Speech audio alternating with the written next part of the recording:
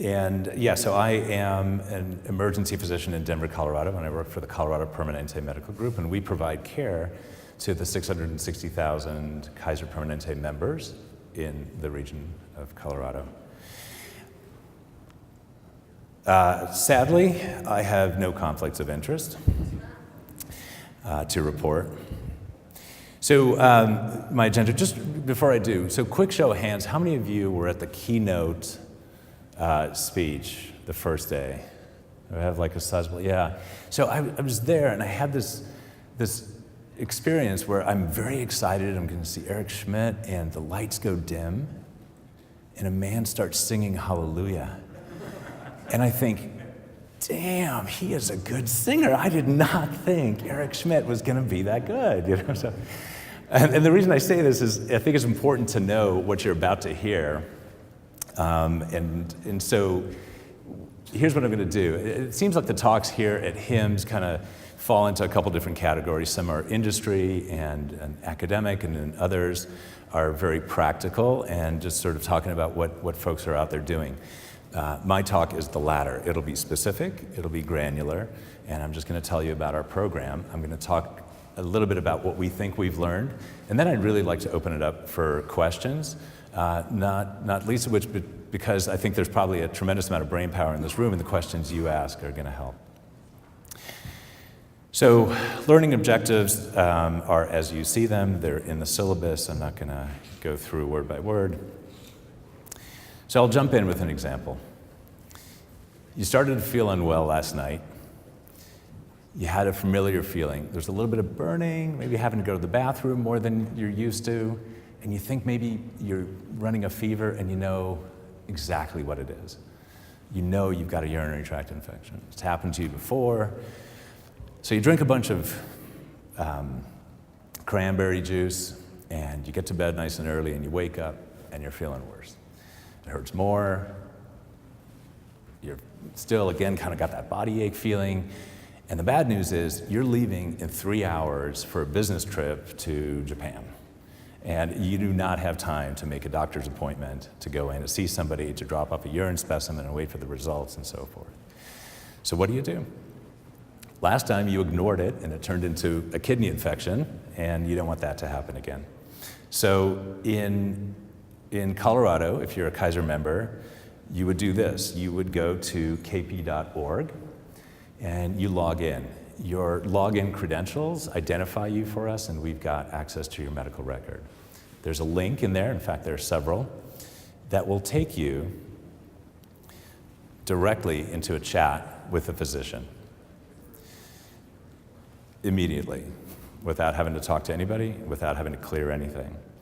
And you're looking at the screen, and I feel like I don't have to explain it. You type, they type. You type, they type. The physician's able to go through and ask questions, try to get a sense of what's going on with the member. They can look at their medical record and see what their past medical history is like, what medications they're on and so forth, what testing they've had. When the physician feels like they've got enough information and the patient feels like their questions have been answered, you can bring it to an end. In this case, it seems like a pretty clear-cut example of a urinary tract infection. We're able to put in a prescription for some antibiotics, and the patient can go on her way to the airport, swing past the Kaiser pharmacy, get her prescription, and get started on treatment right away. So that's one example. Obviously, we treat a wide range of clinical entities. But this is a little bit more of what it looks like. As you can see, the platform allows us to upload pictures, so members can share that with us, and that goes a long way in trying to get us a better understanding of what's going on with them. This is a program that we launched in November of 2016. We just put it out. We didn't even advertise it. We just put a link on the kp.org page, and the members found it, and they liked it, and they came back to it. And the growth has been tremendous. Just a word to contextualize this. I've spoken about this before, and I think I just need to say, Kaiser is a big organization, right? We've got close to 12 million people around the country in multiple different states. This is one program that's happening in Colorado. It is one part of a multi-tiered telehealth delivery system. So just wanted to throw that out there. This is not all of Kaiser, and this is not the only thing we do. KP Washington did actually go live with chat also in January. So again, it's on-demand, unscheduled access to Permanente physicians. It is obviously asynchronous, and we're available 365 days a year. We work through weekends and holidays because our patients need us. We don't charge anything for it. There's no copay whatsoever. Members can come in and use it whenever they'd like, and they can come back as often as they want. We use a third-party vendor. The chat itself lives on a CirrusMD platform, of course HIPAA compliant. So when the member goes to kp.org and they click on the link, they're taken to the CirrusMD site. It's seamless. They don't know that they're leaving kp.org. And it's white labeled to look like a Kaiser site. We are in the process of developing a mobile version, and for the time being, it's web-based. Most common question I get. As you can see, patients can upload photos. We're hoping to be fully rolled out with mobile in the summer. That's been quite a to-do. There's sort of discussions about how we would do that and so forth. We have a pilot program that we've rolled out for one of our commercial groups, a school district. And to help woo them, we built a specific app for them. And so it's being used, and we're monitoring how that's going. Our hope is that when we go to mobile, we'll be able to bring in a younger demographic and reach even more of our members. So the physician is handling multiple simultaneous chat encounters. This is not particularly visible to the member. They feel like they're in a one-to-one conversation with the doc, but that doc might be talking to 3 other patients at the same time, sort of just going back and forth from them. We have the physicians working from home. They can come into the call center, they can do it from the office. They're short shifts, 2, 4, maybe even 6 hours, but generally we keep it pretty short. And the docs will have a dual monitor setup. So they've got the CirrusMD setup, and they've got Kaiser's Health Connect EMR open. So we're always in the EMR looking at their past medical history, seeing what sort of medical problems they've got, medications, tests, and so on and so forth, so that we can make the most informed decision we can with the information that we're getting from them through the chat. We'll then manually summarize that encounter and put it into the Health Connect system, so that, and then we can drag over any photos they've shared with us, so that there's a continuation for subsequent visits. We can communicate within the EMR to the patient's care team. We can send messages, we can put in referrals, order medications. Anything we need to do in our system, we can do right then and there. We do have a tight working relationship with the telephone medicine center, which is staffed by emergency physicians. When somebody comes into chat and they're talking about syncope or shortness of breath or chest pain, we're not going to chat for them for very long. We're going to say right away, this worries me, I'd like you to speak to somebody. And then we offload it to an emergency physician who calls them on the phone. It's simply that the pacing of the asynchronous communication is such that we really need to have them wrapped up in a conversation with somebody if we're really worried about something potentially dangerous. We have integrated pediatrics, OBGYN, clinical pharmacy. We're going to be bringing in behavioral health, and so all these teams will have their own login on CirrusMD. And so if somebody has a specific question about drug interaction that the family physician's not particularly comfortable answering, we can bring in a clinical pharmacist right there on chat. And the nice thing about this is that we don't have to move them to a different channel. We were finding initially that we'd have to say, well, I need you to call such and such a number, if we get to a dead end. And the less we can do that, the better, because you're kind of sending them to the back of the line. You've started with them, you're starting to deliver care, and now you send them somewhere else. So it's been a really nice relationship with pediatrics. It's been very nice with OBGYN. A lot of pregnancy-related questions come up that some of the emergency medicine, family medicine docs would rather have an OBGYN handle. And then, of course, for scheduling and so forth, if somebody needs an appointment, the docs don't take the time to do that. You'll just hand that over to a service associate and they'll get them booked. So how do we think of chat? How do we, as an organization, decide if we're onto something good? Understand that we are an integrated medical system. We are the insurer, we are the provider, we are the lab, we are the radiology, we are everything. And so we have no incentive to deliver unnecessary care to anybody. We have no incentive to drive up costs. Our incentive is to deliver the best, safest care in the most convenient way that we can and in the lowest cost way so that we can keep our costs down.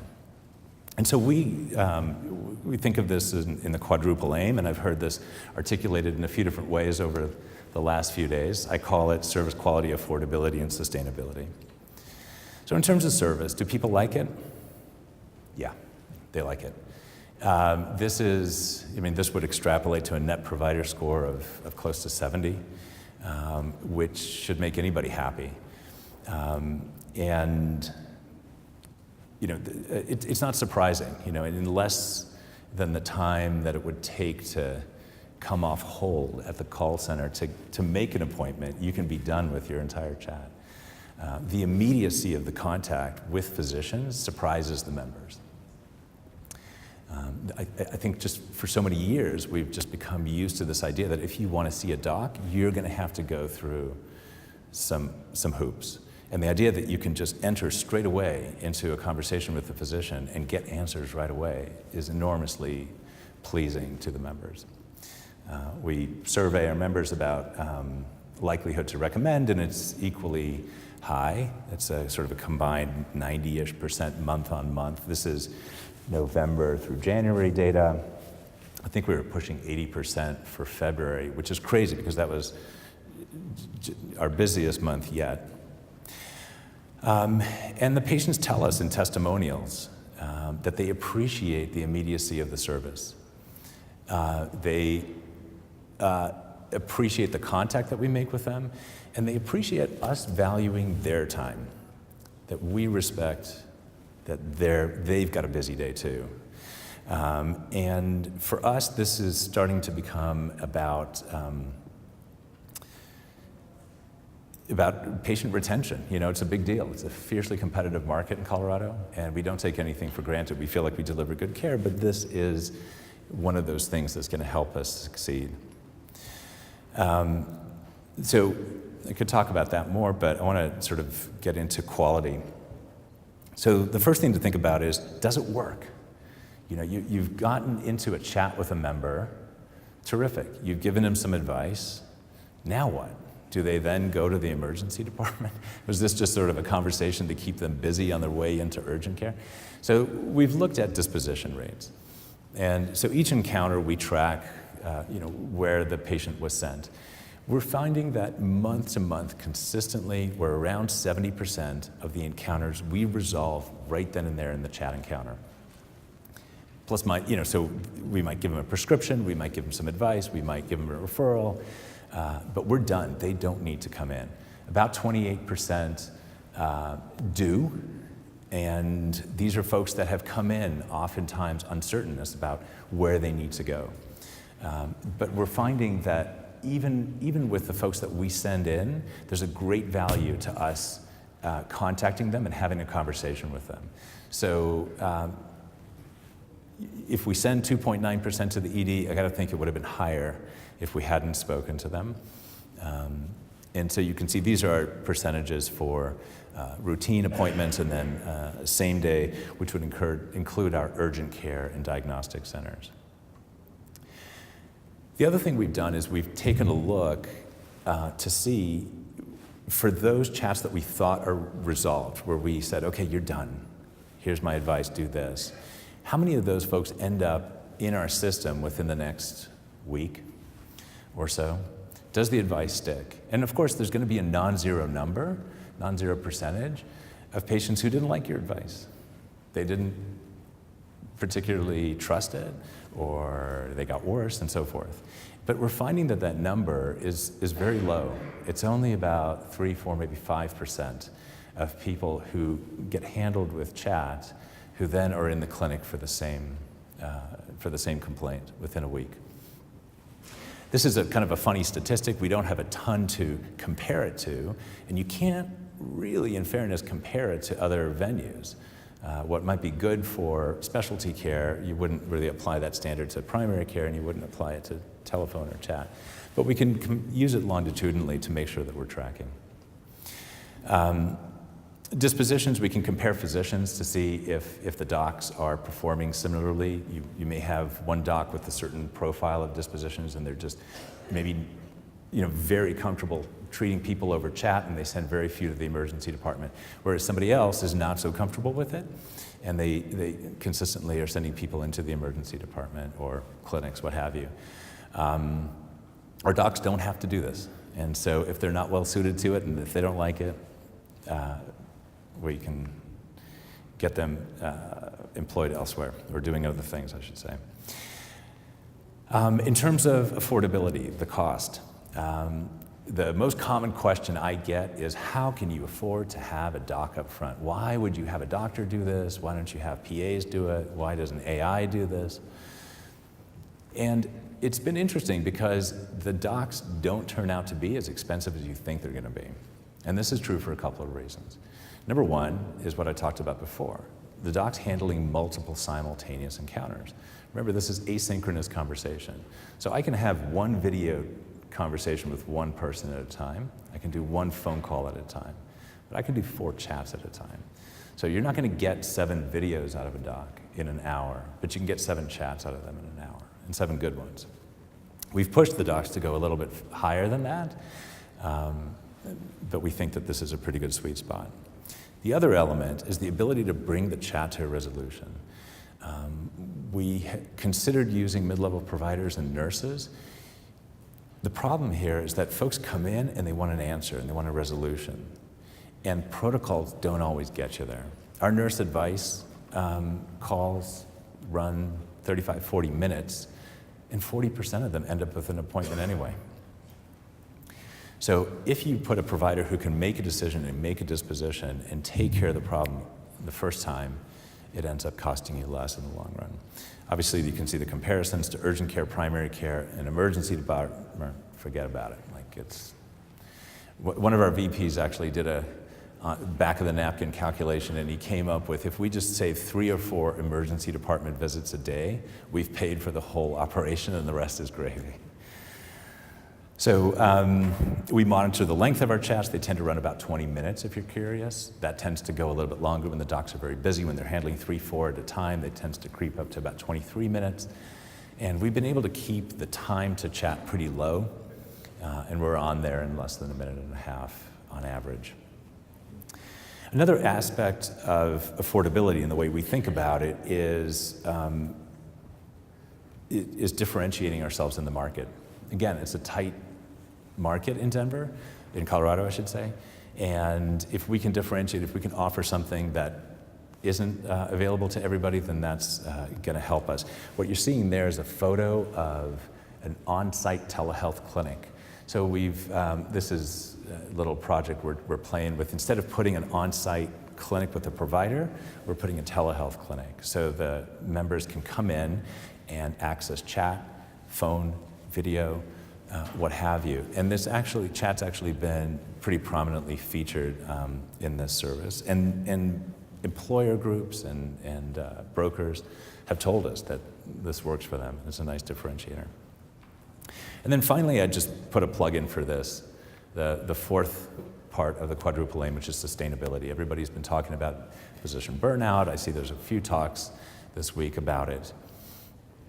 And this is a nice element. The doctors love doing this. The doctors really enjoy it. We pay them the same salary to do this as they get paid in the clinic or in the emergency department. And they do it from home. And there's little that'll please a doc as much as letting them work from home. when they're doing it, they're busy. You know, we staff it so that they're going to be busy, and that's all they're doing. But there's just something very nice about not having to come into the office for that half day a week or whatever it is. So we can offer new recruits the ability to say, oh, hey, listen, 0.9 of your FTE is going to be in clinic, and 0.1 you can do telehealth. And so there's a primary care recruiting fair next month I'm going to, which we're going to be showing this off and talking about it. And recruiting primary care docs is something that we really need to do. I'm sure around the room, lots of folks really need that. So that's a quick overview of what it is and some of what we've discovered. As I say, we staff it, we front end it with generalists. We've got emergency medicine and family medicine docs. As I said earlier, we've added pediatrician, pharmacy, OBGYN, and we staff it to demand.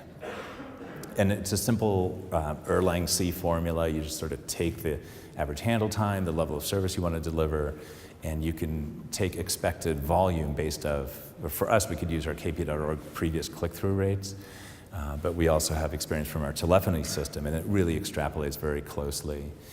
It mirrors that. As I say, the capacity, the cognitive capacity that physicians seem to have is 4 simultaneous chats. We initially, the system was built without a cap, and we had surges, as you will in any unscheduled care environment, where all of a sudden you go from taking care of 1 person to taking care of 7 people, and it was just totally overwhelming. So the folks at Cirrus built us a limiter, and we've been playing with that. It's set at 3 right now, and we're comparing that to our outcomes at 4.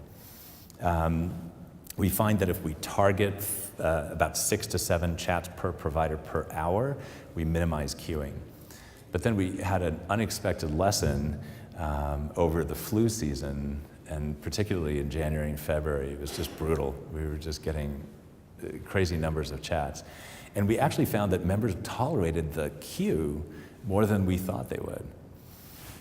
Our initial experience was there was no queuing. Their volume just wasn't that high. And so we could see that members became sort of annoyed with us if we would take more than about 4 or 5 minutes to get to them. There's a certain cadence one expects when you're texting, which is different than email. It's different than a phone call and so forth. And we thought that that would extrapolate to queuing. It doesn't. They will wait. Folks will tend to wait 25, 30, even 40 minutes. We don't want them to, but they will. But once they're in, of course, they expect sort of a rapid fire back and forth. We have also identified certain things that are just really not well suited, and this is, if you think about it, quite obvious.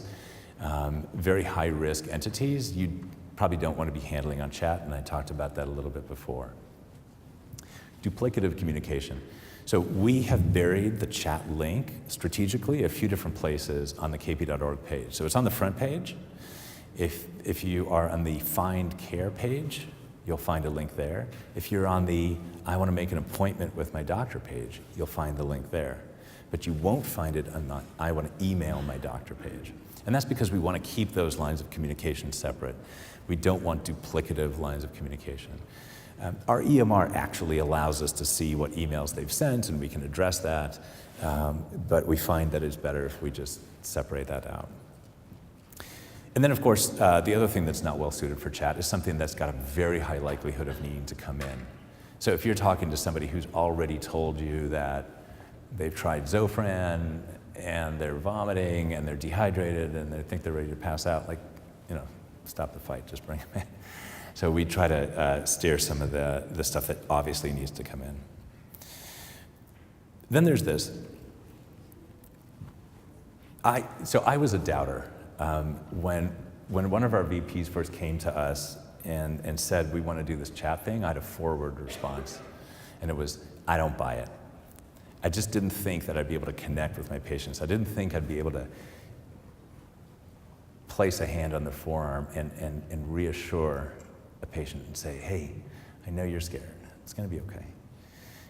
I didn't think I'd be able to make that connection. But what was interesting is that you kind of can. And we found that some providers were really good at this naturally, and then other providers not so much. There's the potential in a chat environment to be very perfunctory and very plain. But we found that a lot of folks could establish quite a lot of rapport, and it was really neat to see. So we studied the people who did this well, and these are some of what we learned. Expressed empathy. Duh, right? I mean, this is like the first thing they teach you in any communication course, but it goes a long way. The patient can't see you in chat, and so they're gonna create an image of you based on the first few lines. And if you come in with something empathic and kind, and you validate their anxiety or their pain or their nasal congestion, whatever it is, they give you a lot of credit for that, and it goes a long way, and it carries throughout the entire chat encounter. Of course, closed loop communication, we want to echo back to them that we've heard them, that we understand their major concern. We ask the docs to refer to the medical record every single encounter. And that can be little dot phrases you throw in there, just, hey, I'm just taking a moment to bring up your record, or I see you're normally quite healthy, I'm glad you got a flu shot this year. We do this because we want them to have trust in us, that we're part of the system, that we know who they are, we know what their history is, and they don't have to repeat everything to us. And they know that there'll be a continuum of care after they're done with us. We also encourage the docs to be human and to joke around a little bit when appropriate. It gets really breezy. It's pretty funny. All their docs have to know certain text abbreviations that even it's on the web, we still get a lot of, BRB, and then like the doc's got to know what that means. So, but it's funny. I mean, the patients appreciate you, especially at night. They appreciate you being on, and it gets pretty casual and jokey, as it would in any interaction. Share resources. This is something patients love, and it's such a great opportunity to do it. It's not like you're telling a patient, hey, when you get home, you should go online and you should look up such and such. Like, they are online. If I've got a great handout on benign paroxysmal positional vertigo, cut, paste, send, they've got it. And they're right there. So we've got some ideas about sharing multimedia and creating some short videos to help folks with common questions. And we can do all of that, send that all to them through chat. Of course, back to any communication course would tell you, invite questions and make sure that they understand what they need to come back for. This is something that I think is also an important piece, is at the end, we encourage the docs to close it out and to say, does this seem like a reasonable plan to you? Do you have any concerns? And if such and such happens, then I'd want you to call us, or I'd want you to come back in. This is a new way of taking care of patients, and we have to acknowledge that. And so it's a little different, and the sense of safety, the sense of acceptance, depends on having this kind of joint decision-making approach to it. So that's what I've got, and I'd love to open it up to questions and see if Yeah, hi. I'm concerned about the lack of a physical examination, and I have some ethical concerns about that. I'm an old timer, but I feel like there's this over-promotion of convenience at the expense of quality. So I'm really concerned about the videos coming out of other insurance companies asking patients to palpate their own sinuses, or just make everything happily ever after. I don't know the liability as well. So. Yeah, no, look, it's a great question. I think any time a physician is asked to render a professional medical opinion, they have to feel comfortable that they've got the requisite information, discriminatory questions, and the requisite information to make a decision and to give advice. So my dad's a doc too, and he was talking to me about his physical exam, and he feels a thyroid on every single patient, and he's an OBGYN. So look, physical exam is important. Physical exam absolutely can help differentiate certain clinical entities one from another. But there are other ways of getting the information in certain situations. In certain situations, they're not, and that's why about a quarter to a third of the patients, we will send in and we'll say, you're describing abdominal pain, I'm concerned. I'd love somebody to lay hands on you. On the other hand, there are a lot of things that just lend themselves to just straight advice. So it's important, and it's the crux of this whole telehealth challenge we've got. I mean, how do we substitute? I think down the line, there'll be some better information for us in terms of big data that can really, do that necessary big data analysis to find out how many times is that physical exam finding really the discriminatory finding that takes you in one direction instead of the other. It's not to say that it's not necessary, but I suspect that it plays less of a role than we think. Thank you. Great presentation, great work. My question is more of a clarifying question. You mentioned that there were among the patients that were referred, 12% for a routine. And then of the 72% who had their issues resolved via the chat, there were 85% that were seen in person within 7 days. Does that mean that that latter group was not referred actively, but they seek inpatient care anyway? Or how do these two groups are different? Right. Right. So at the outset, let's say we have a chat and you've got, concern about, I don't know, a rash or something.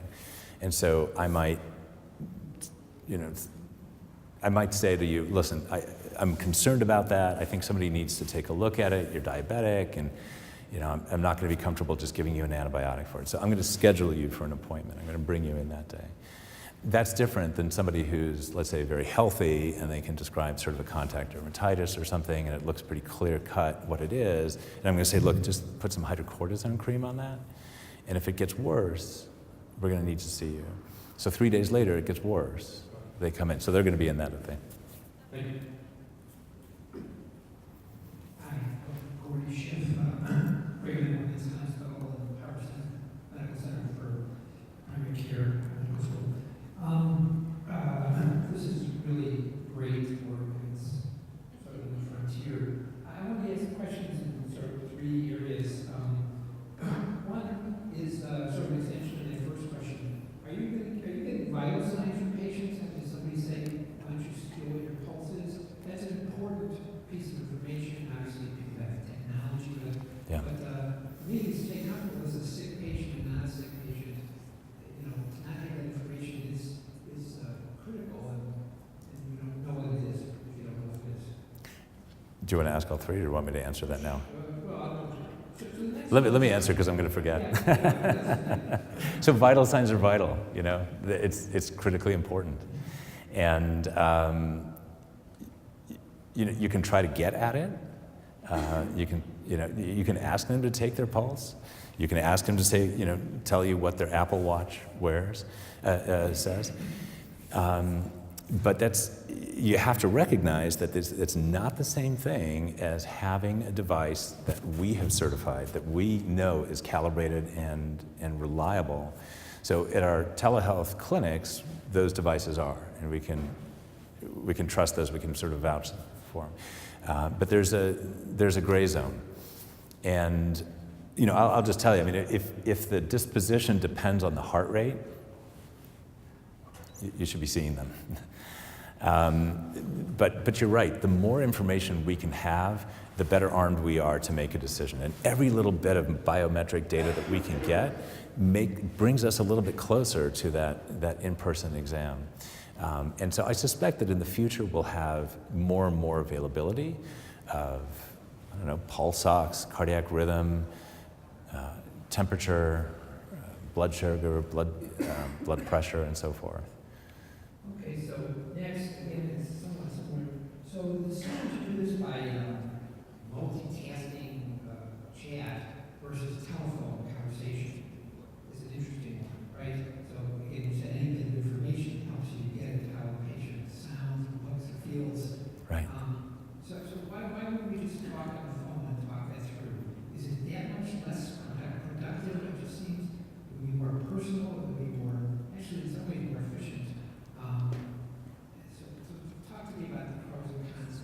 Right. There are advantages to being on the phone in some cases, and there are advantages to being in video in some cases. You convert any of these calls, you say, let me just pick up the phone and talk to you. Yeah, yeah. If somebody's really talking about chest pain, as I say, a high risk, or any time I'm seeing something that I think there's a chance this person needs to go to the ER, we convert it to a phone. But there's patient preference too. Now, I'm not gonna do something unsafe. You're saying the phone is the converting when they cross a threshold. That's how the phone works. Yeah, well, so show of hands, how many people have sent and received more than one text message since the beginning of this talk? And the rest of you are liars. So like, and so people text, people want to text. And they're doing it all the time. It's the most convenient thing. The other day I was doing a chat with a young woman who thought she had strep throat. She'd been exposed, she felt rotten, it hurt to swallow, she felt like she had lymph nodes in her neck. And I said, can you send me a picture of your throat? Because she said it's red with white spots. She says, I can't do it. Why not? Because I'm a teacher and I'm proctoring an exam at the moment. So she didn't want to take a picture and send it to me in the middle of class. My point is that it's very convenient and it's very easy for people to do it. She couldn't have picked up the phone in the middle of class to call me. So are there some things that are better suited to it? Yes. Are there other things that you don't necessarily need that? Absolutely. And my point about who's texting is this is where people are. They're online, right? Our members are online. They're on kp.org. If we're not there to help them when they're online and asking medical questions, somebody else will. So we need to meet them there. My next question is about doing again follow-up, but if there's time. Okay. Thank you for your questions. So I'm at the VA and we do secure messaging through our portal, and this just makes complete sense to me because I've had complete email conversations back and forth, and I'm like, well, we should just dump this in the chat. Right. But my question is, most of that stuff is something like, I tried that new medicine for my heartburn. I think I need to double the dose. It's not like acute, I'm having chest pain. So I was wondering if you can give kind of a general idea of how many people are calling for this kind of general advice. I get that rational one all the time too, versus like I'm like acutely ill, and then for the acutely ill ones, I personally have a policy about I don't give antibiotics without an exam. So it's getting our code with stewardship, and so I was just kind of curious if you've shown anything. Yeah, this is what I want to see about is there more antibiotics given? Right. So our antibiotic utilization is pretty good. We've done some deep dives where we take a look to see, did you really meet IDSA guidelines?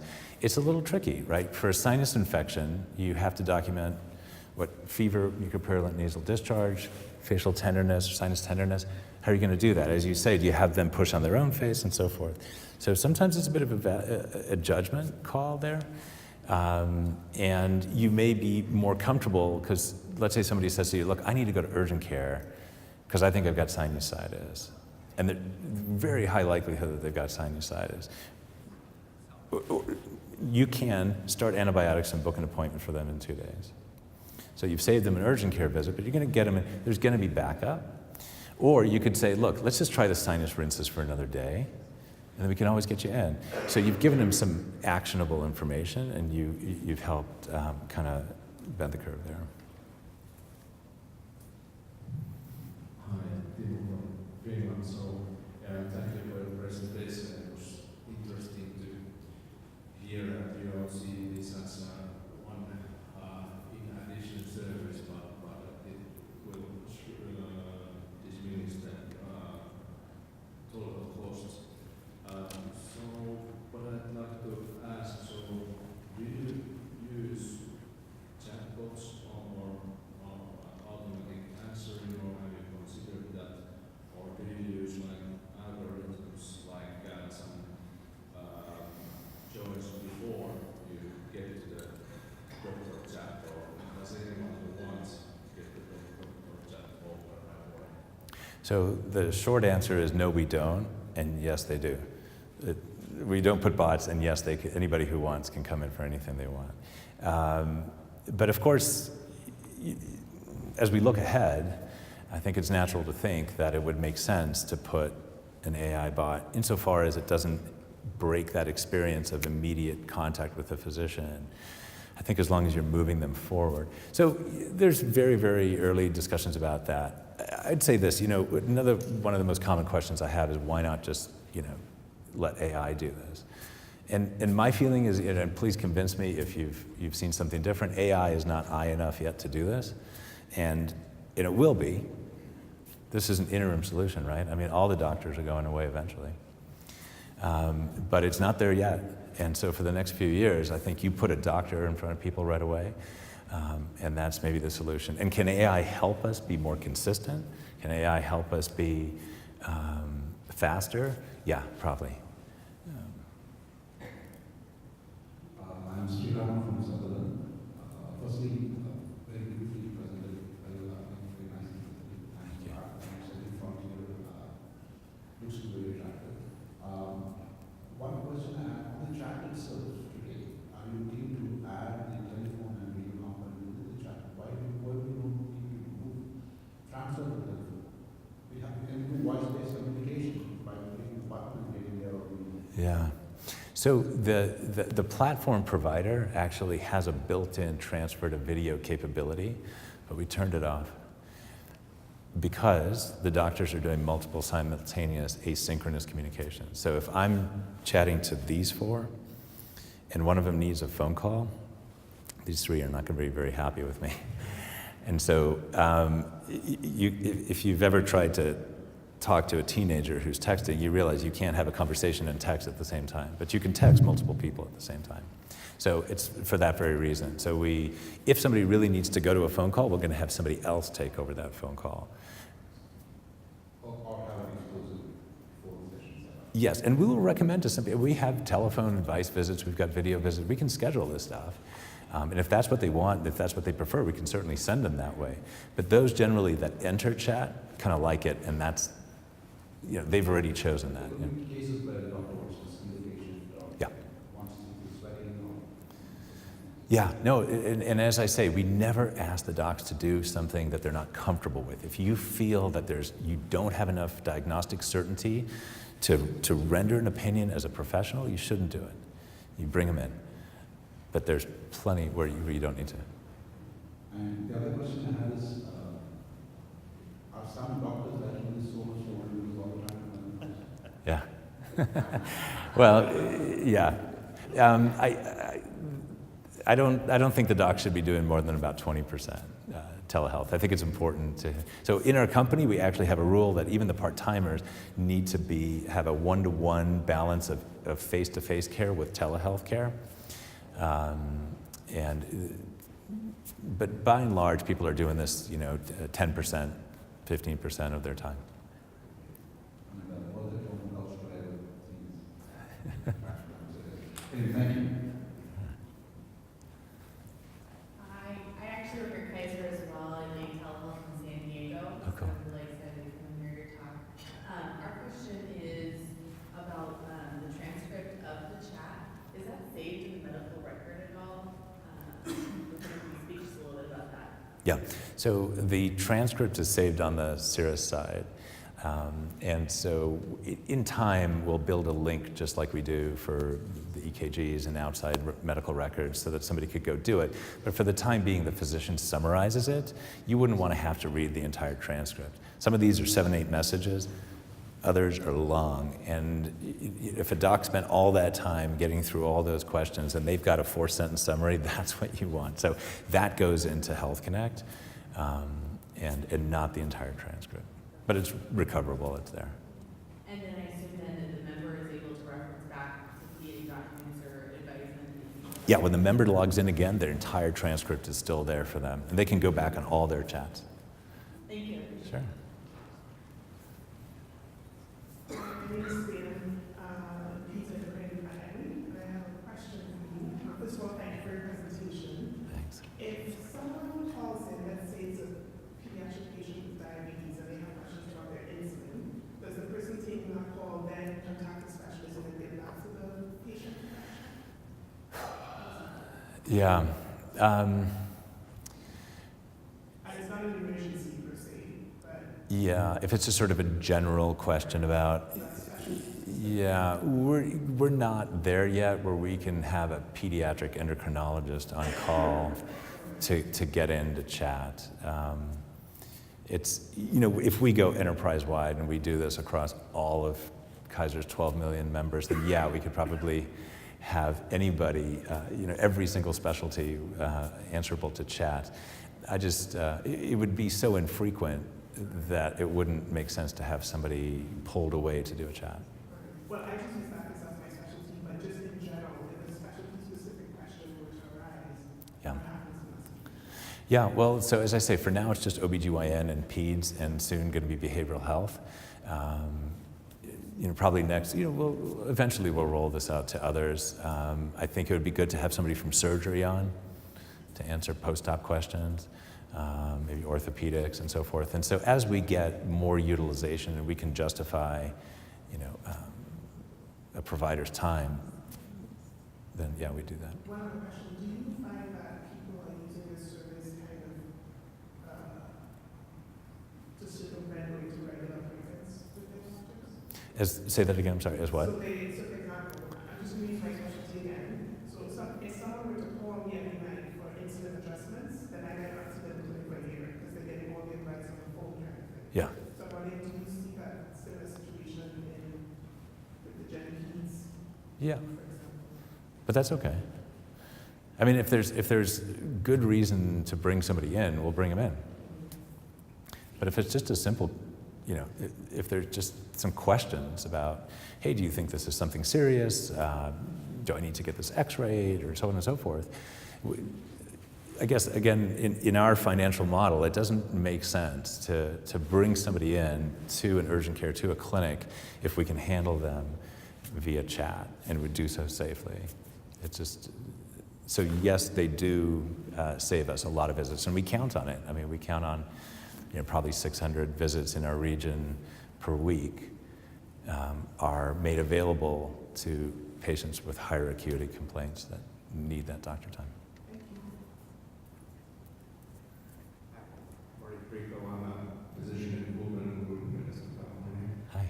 You mentioned that the physicians seem to be a little more cost effective than the RNs because of the protocols restriction, not being able to close the encounter, so to speak. But what about the mid-level providers? You mentioned you don't use them particularly. Yeah. Elaborate on that. Yeah, we actually use nurse practitioners on the OBGYN side, and we're kind of running a bit of a natural experiment. We've got both docs and NPs, and we're going to be taking a look at their outcomes and satisfaction to see if they achieve the same results. That's a great question. Mid-level providers are empowered to make diagnosis and give treatment, and so it might be a natural progression. For the time being, we're doing docs, but we will need to look at that.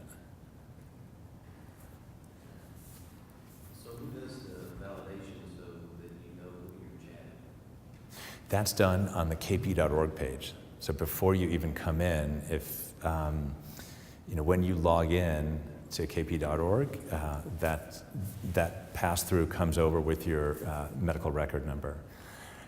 We do have people proxy chatting, so someone will log in for mom. You know, you get a 92-year-old chatting, and you're kind of wondering, is it really them or is this the daughter? So we do have to verify that they're on the HIPAA and that we're authorized to speak to them. Generally, when they know the password, they're on the HIPAA, but we can see that in the EMR quite easily. It's maybe.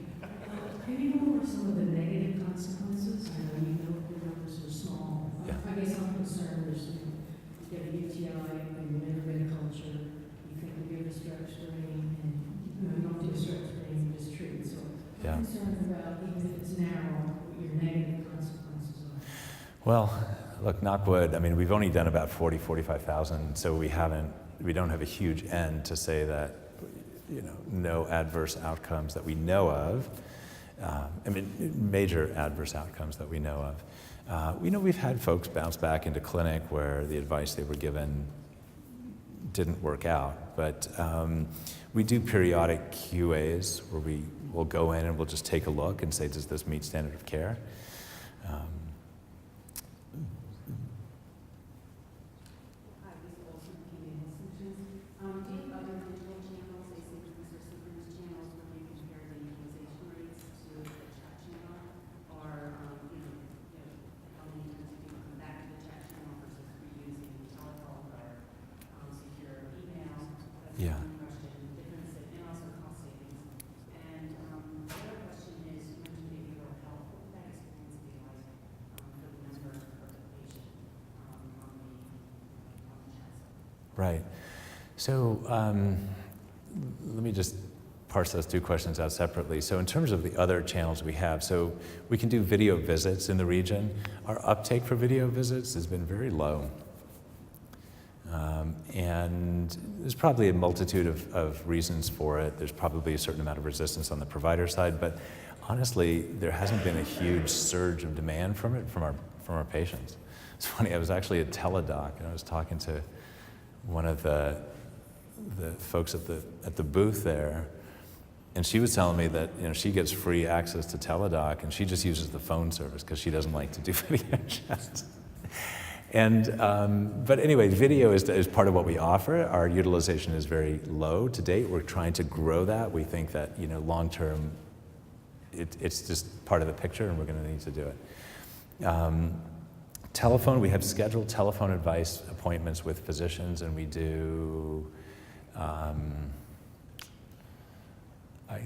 think we're on the order of a couple thousand a day. It's a week, excuse me. Or maybe that's per month. Steve, do you know? But the utilization of chat is greater. In terms of email, that's our number one. So secure email, we send 1.2 million emails a year. So that's by far the most commonly used. How does it compare cost-wise? Well, that's a tough question to answer because I don't think we count email as work enough, and our doctors tell us time and again that they've got this incredible burden of in-basket work that they need to do, answering emails and so forth.